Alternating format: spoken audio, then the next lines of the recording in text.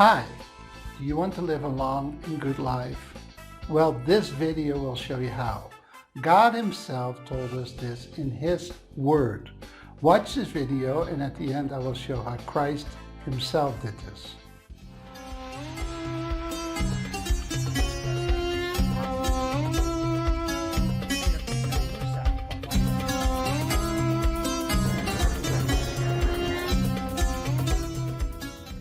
The Ten Commandments have two parts.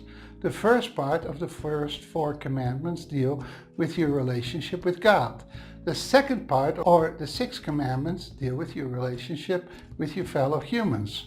So what's the first commandment of how to deal with other humans? It is, honor your father and your mother, that your days may be prolonged and that it may go well with you.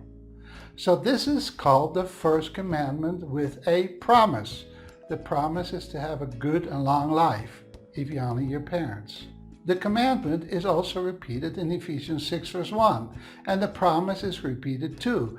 Children are to obey their parents. We tell the groups of children here in South America to obey their parents immediately, completely, and with joy. We got those three qualities from my friend Rick Whitney, who has done a lot of parenting seminars throughout the United States of America. So now the question is, whether there's an exception to this rule. What if a parent tells a child to steal something? Well, with all the commandments relating to authority, we need to obey God over anyone else. So what if a person becomes an adult? Do they need to obey their parents? I would lean towards yes, though a reserved yes. During the time of Christ, it was even so strong that if a Roman parent didn't agree with the child's spouse, they could order their child to divorce the spouse and the child would need to obey and marry someone else. Now that's pretty strong during that particular culture. But also 2 Timothy 3 talks about the end times, and it gives a whole list of sins that adults will do during that time. One of them is being disobedient to parents. So be very careful with this one. Now, at the end, I want to throw out probably the best example we could ever have, and that's the Lord Jesus Christ. There are a lot of passages where Christ demonstrated this.